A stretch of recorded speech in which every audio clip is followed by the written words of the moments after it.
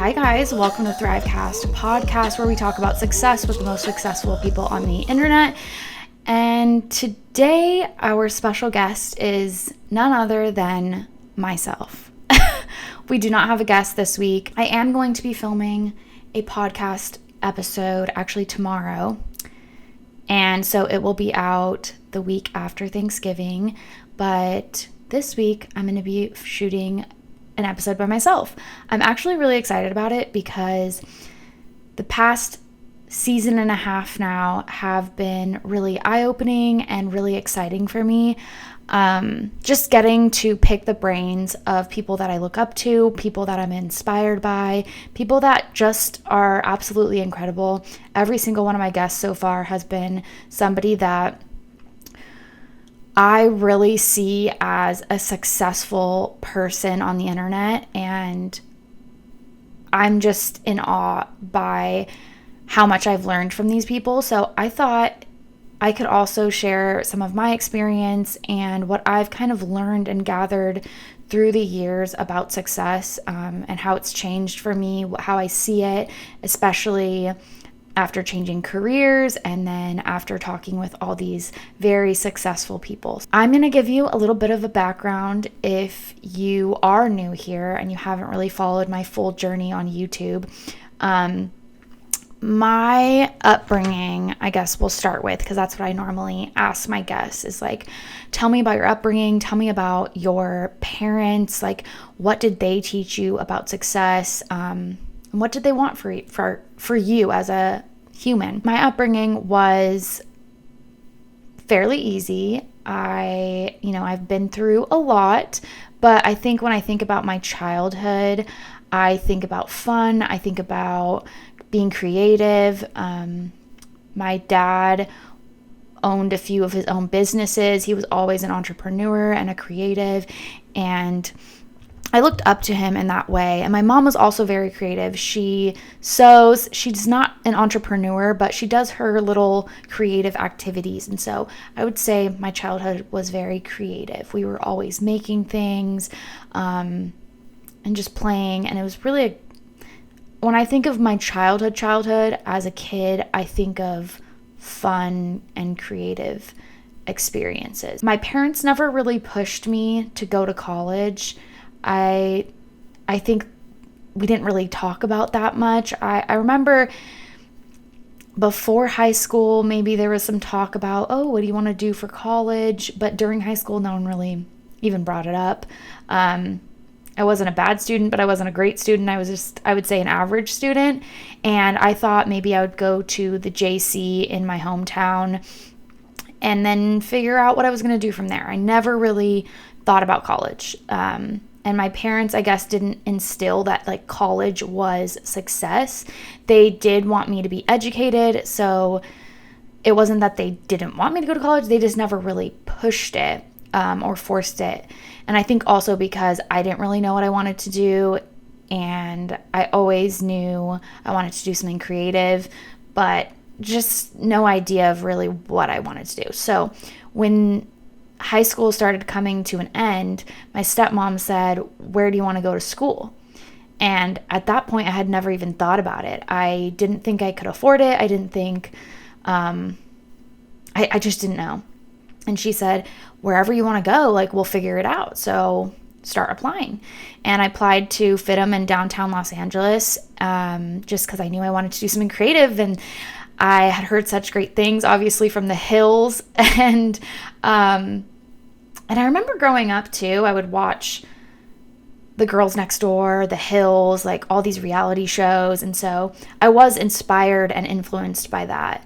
So when I heard of FITM, I was like, I want to go there. That sounds fun. That sounds exciting. And I know I want to do something creative. So that sounds creative to me. And I went for a very general degree. So I did visual communications, which when you think of visual communications, what does that even mean?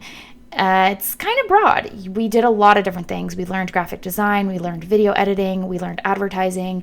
We learned like window displays, all these different types of things.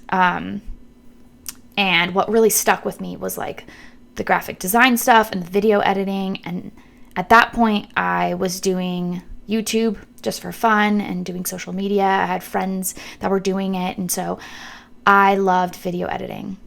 Again, my parents never pushed what success meant to them. They just wanted me to be happy. But I guess I saw at that point in my life success being getting a corporate job after college and working my way up the corporate ladder. And for a while, that's what I did. After college, I went into a corporate job. I was doing graphic design, video stuff, visuals, all of that. And I loved it. And I grew a very close family with the people I was working with. And I'm still family with those same people today. But during my time in corporate, I realized that for me, success did not mean I had to follow what I thought success had been to most people, which was like climbing that corporate ladder. I didn't feel happy or fulfilled in that, and I really wanted to try something new. So I decided to give myself, I decided to put more effort into social media while I was still working corporate. And after years of doing that, I realized there's no way I can make this a full-time job if I'm not giving full-time hours. And so my idea of success changed, and I realized being happy and having time to create and to do the things I want to do and to spend time with the people that I want to spend time with and have freedom and flexibility in my life is what success means to me. And that does come with making money because you have to be able to survive. But success really meant for me having freedom and flexibility of my time to be able to do things when I want to and to spend time with people when I wanted to. I saved up enough money to hopefully survive for like 6 months, and I quit my corporate job. It had been over 6 years working corporate, and I worked mostly at Guess Jeans, and then I also worked for about 6 months at MedMen corporate as well. And I loved both jobs. I loved the people I worked with, but I wasn't satisfied. I didn't feel like I was at the right place, if that makes sense. I didn't feel like I was doing what I was meant to be doing. So I quit my job.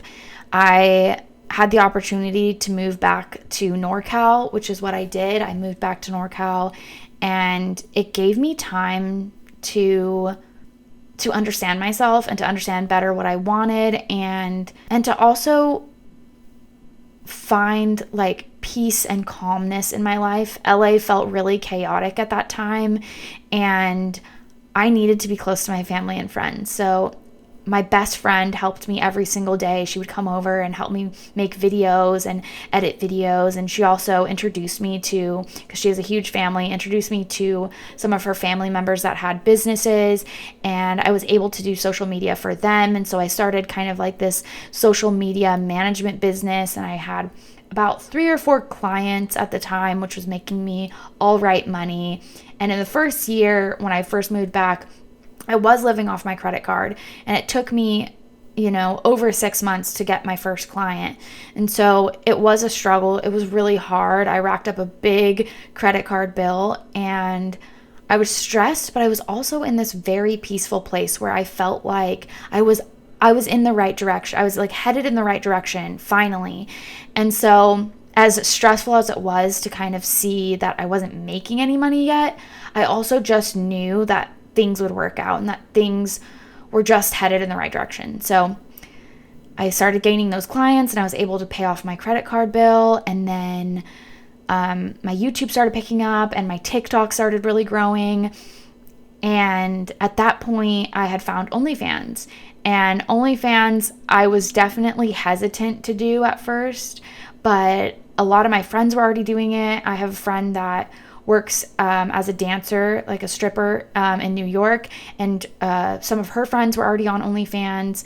And then I saw that some of my YouTube friends started getting OnlyFans, and I was like, okay, this is getting more normalized. And I never had any sort of stigma against sex workers at all, because I have friends in the industry, and because, like I said, when I was younger, I would watch the girls next door, and I just thought so highly of them to be themselves and to choose something that maybe they will be judged for, but to live their best lives and not care what anyone thinks. So I never really felt any sort of way about sex work. I always thought, do you live your best life?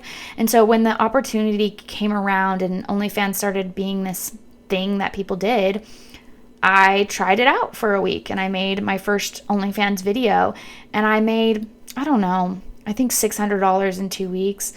And at the time I was like, hey, this could be something. It wasn't the same as a lot of girls were making in those videos. A lot of people were making like thousands already in like their first week.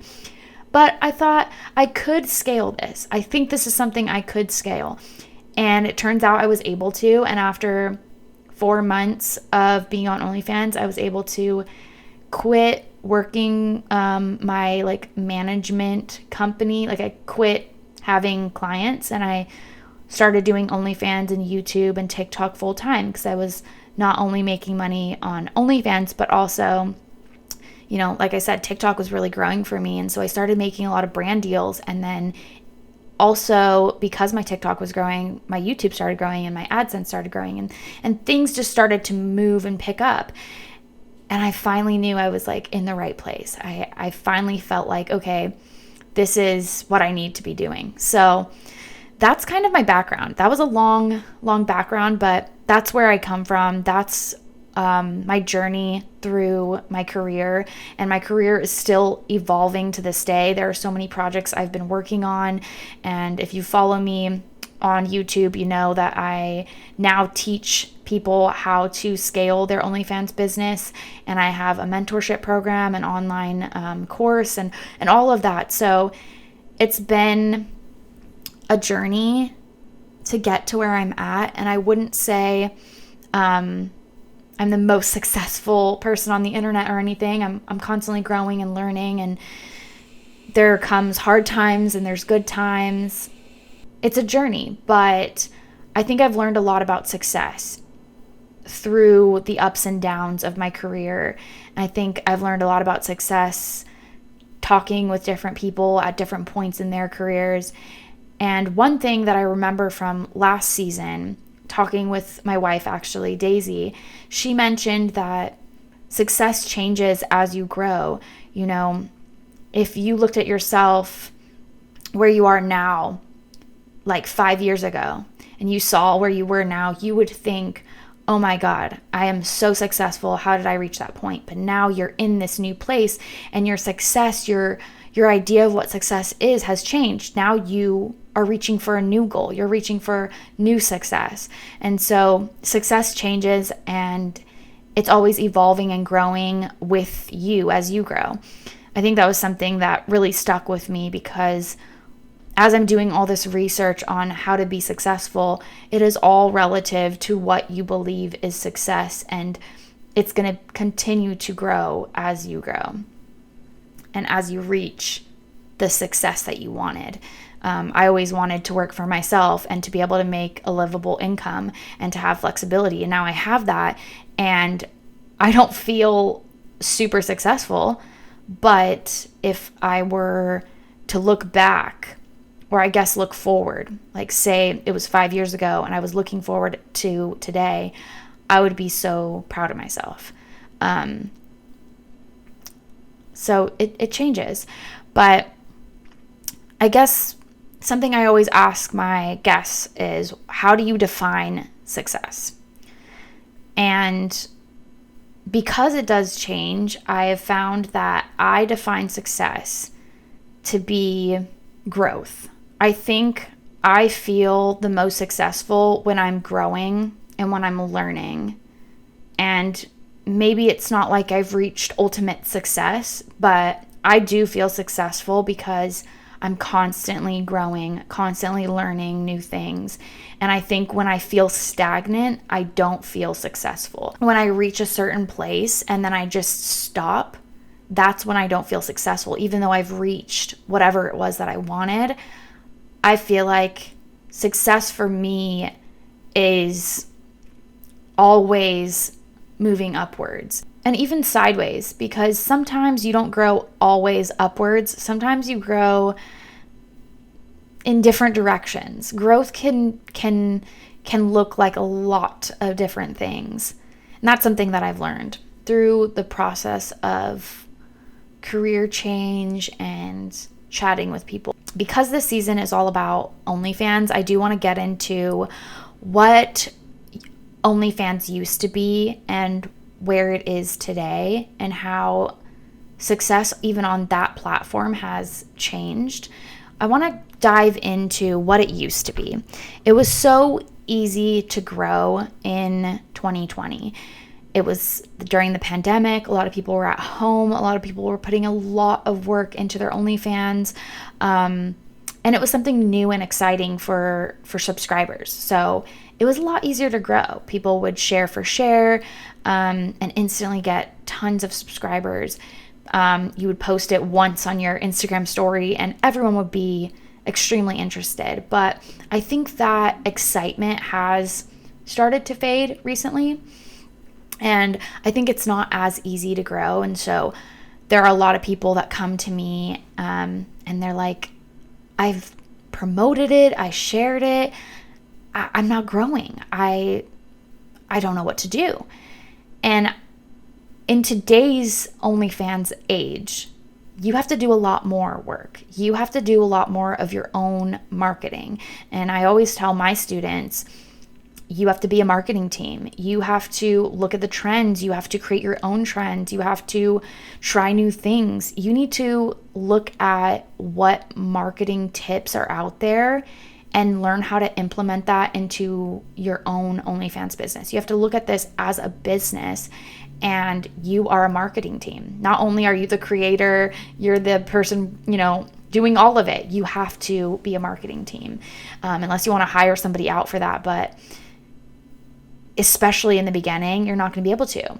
In today's age, it is a lot different. You have to create consistent content. You have to be across all social media platforms. You have to learn different marketing techniques. You have to try different things and see what works for you and not put your efforts into something that's not working.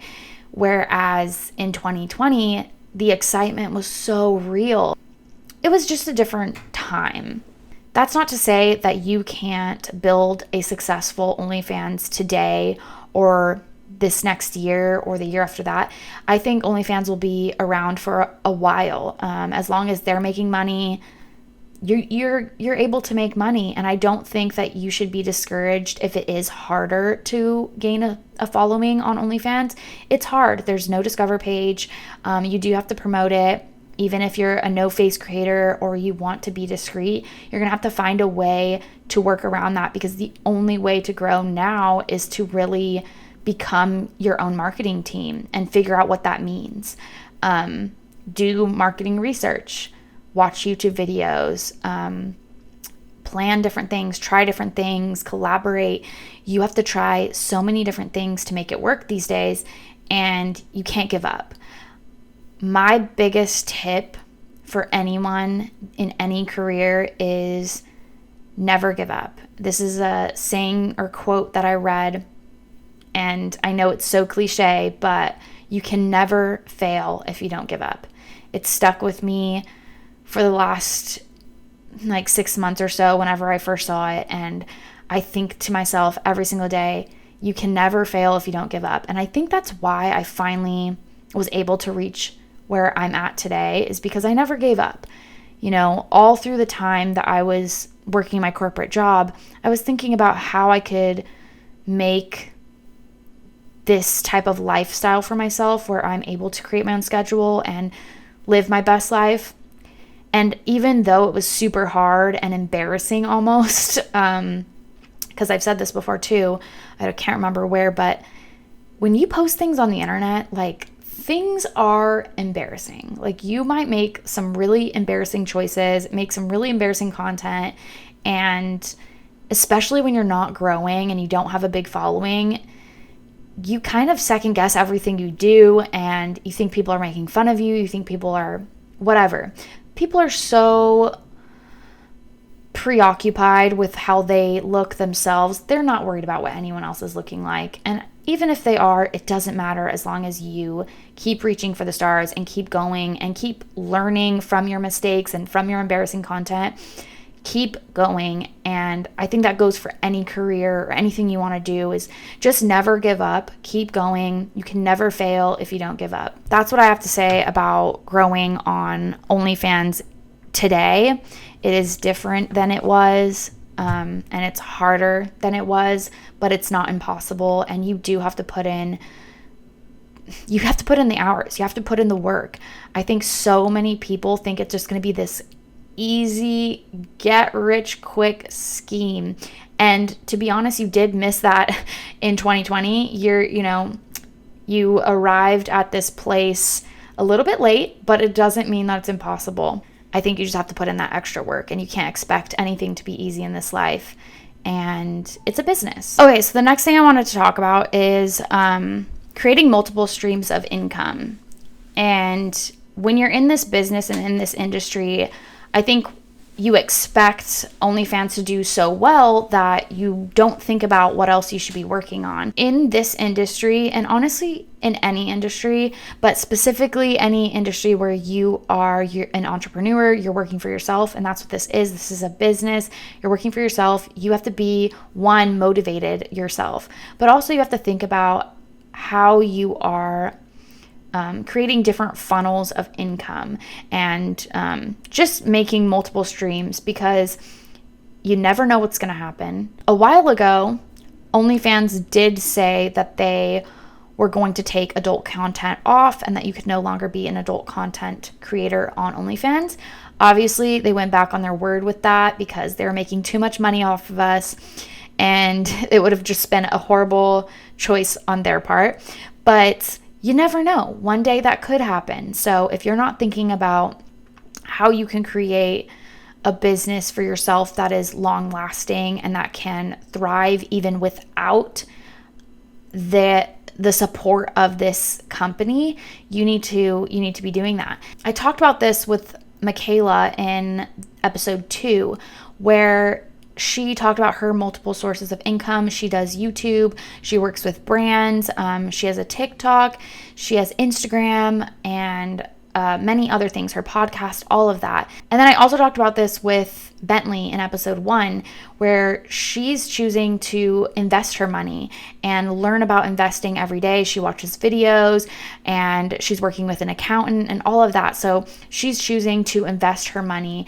And I think that's something you need to be thinking about when you're in this industry, is what can you do with the money that you're making? How can you save it? How can you invest it? How can you create multiple sources of income?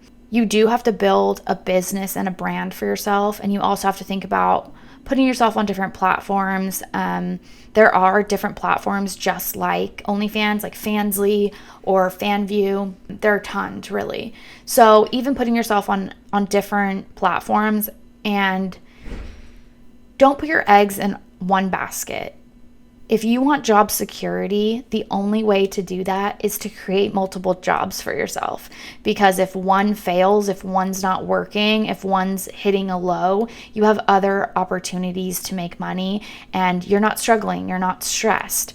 You have options. People working in a corporate job or in any other sort of job where they're working for somebody else, they think, oh, this is the safe option, this is the safe route. But as we saw from the pandemic, it isn't always the safe option. So make yourself a comfortable pillow, make yourself a nice bed of money and a nice bed of streams of income, because you never know what could happen. And I do want to mention that if you want to be successful, give yourself options and make sure you're thinking ahead, 10 steps ahead. That is actually foreshadowing the next episode. 10 steps ahead. We'll talk about that. I think that's highly important and we don't talk about it enough. So definitely do that if you are going to be in this industry. Think about all the different ways you can make money. Stemming away from financial success and starting to think about your inner self and the success that goes on within you and your friends and family and your mental health, I wanted to talk about dealing with the inner voice and hate. It's so important in this industry and any industry that's more public to take care of yourself, take care of that inner voice, make sure the hate from others is not getting to you. I have a inner voice that tells me I'm hideous, that I will never make it, that I'll never reach my goals, that I'm not good enough, that I'm not cool enough, that I'm not pretty enough. All of the things, all of the above. And so when you get hate that reflects those insecurities, it can be hard. It can be something that deters you from reaching your potential. So dealing with that and making sure you're giving yourself those daily affirmations and telling yourself that you are amazing, that you are good enough, taking care of yourself, eating healthy, working out, those are direct reflections of how you're going to feel. And so if you're not doing that, you need to take a step back and make time for it. I know a lot of people will say, I don't have time for it, especially as an entrepreneur. Like, there's no time, but there is time if it's going to help your business in the future. Take care of yourself, protect yourself, and also your mind.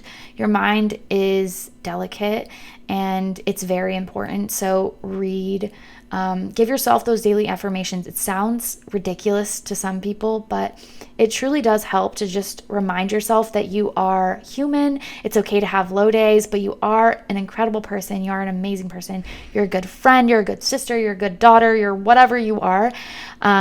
You are amazing. And I think you do have to remind yourself that, because it can be hard to see the good in yourself.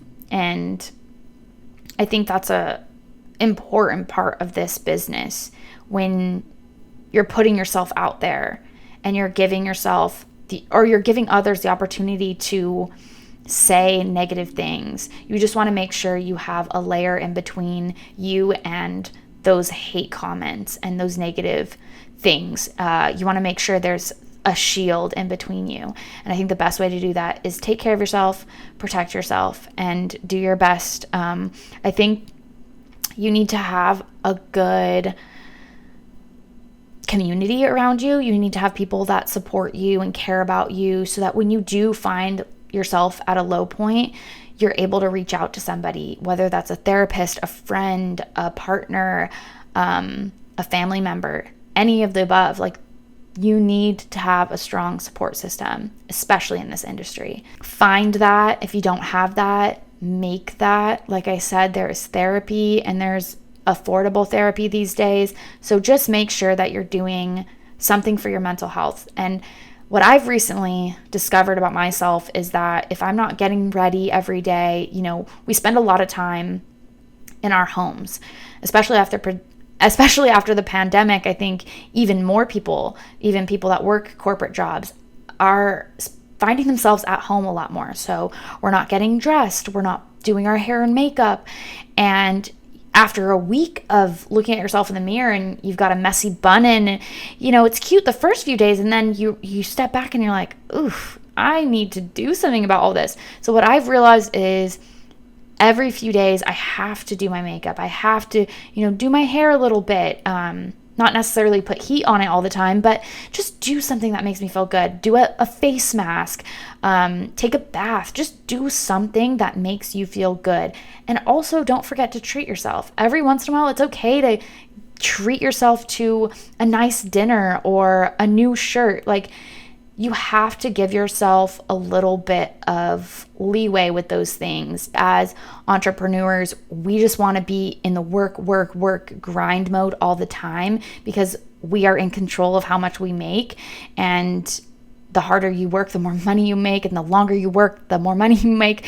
And you get into this kind of habit. But you do have to remember, take a break, take the weekends off, make a schedule, do something so that you're not in grind mode all the time. I had to set myself up with a schedule. I work Monday through Fridays. I have half days on Wednesdays and Fridays, and I don't work the weekends. And I have to stick to that, or I am all out of whack. So find a schedule that works for you and stick with it. Obviously, there has to be some flexibility, because I didn't get into this industry to just be working the same that I was in my corporate job. I do want flexibility. So if on a Tuesday I want to go get my nails done in the middle of the day, I do that. But I just try to stick to some sort of schedule and routine so that I don't feel completely out of whack.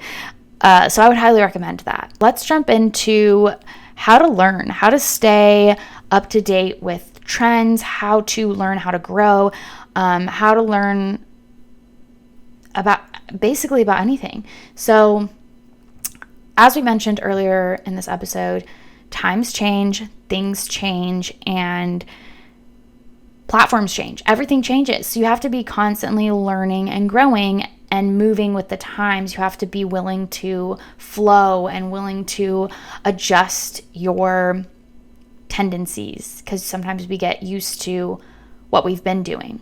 What I like to do is I do a lot of my research just by watching other content. So whether that's for TikTok, OnlyFans, YouTube, I do my research by seeing what other girls are doing, by connecting with people. That's why I do this podcast. I like to learn from others. I think it is so important to learn from somebody that's already doing what you want to do.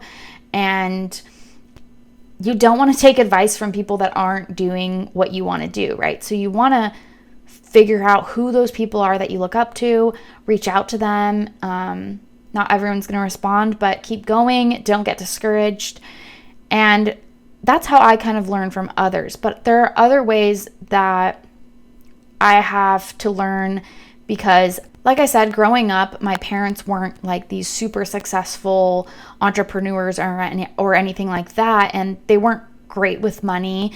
I think my mom's a little better with money, but my dad wasn't that great with money. So the way I had to learn how to deal with money was on my own. I started to read books. I started to watch YouTube videos. Just like Bentley said in her episode of this podcast, she said she just watched a bunch of YouTube videos. She hired an accountant because she didn't know what she was doing. And she feels like learning from someone who's already doing what she wants to do is the best way to learn. So there are many different ways to learn, and I think staying up to date and reading a lot of books and watching a lot of content, just ingesting as much knowledge as you can is so important for this business and for any business, especially if you're an entrepreneur. Is just constantly be learning, constantly be reading and figuring things out, trying different things. Now, the last thing that I always ask all of my guests on this podcast is, what is the best piece of advice you would give someone looking for success? And I did kind of give you one piece of advice, which was to never give up. I stand by that. That is one piece of advice that I really think is so important. I feel like this whole episode was me just trying to give my best advice. I hope it was helpful. But okay, the best piece of advice. I have to think about this. Let me take a sip of tea. I think my best piece of advice for someone looking for success in any industry, in anything in their life. It could be, you want to run a marathon, or you want to be an entrepreneur, any of the above. I think it is to, this is hard because I feel like I've really given my best advice already. Okay, I'm going to reiterate the things I said. Don't ever give up. Learn from others that have already done what it is that you want to do. And then the last piece of advice that I haven't said, but we will talk about more in the next episode, is 10 times your efforts, 10 times what you are doing. Do what others will not do. Put yourself out there, learn from your mistakes, and keep pushing 10 times more than you even feel like you can do. That is my best advice. I hope that this episode was nice. I hope you enjoyed it. A lot of my episodes, I don't really say that much. I always just ask questions and I'll put in a little input here and there, but I really like to get my guests speaking and like hearing what they have to say. So hopefully you liked hearing what I had to say today, and maybe we'll do it again sometime. But next episode, we have a really special guest. She is a dancer, aka stripper, and she is one of my students, and she's absolutely amazing, and I can't wait to have her on. I'm filming the episode tomorrow. You guys will see it the Thursday after Thanksgiving, it's going to be fun. She's really sweet and she has a lot to offer. And I think perspective-wise, she has a completely different perspective than what any of the guests have been on before, what I have, because she's already been in the industry before OnlyFans was even a thing. So I think it's going to be really exciting to hear what she has to say. And I also want to hear a little bit about what you all have been thinking of the episodes about OnlyFans. I know last season was more YouTubers. This season is OnlyFans. So I want to hear what you have to say about these episodes and also what you would want to see for the future, because I definitely want to do entrepreneurs next, I think, but I'm not sure if we want to do like a certain industry or if we want to do like just in general entrepreneurs and what that kind of looks like. So I'm excited. Let me know what you think. And I guess that's it for this episode. Thank you for joining me, and I'll see you in the next episode.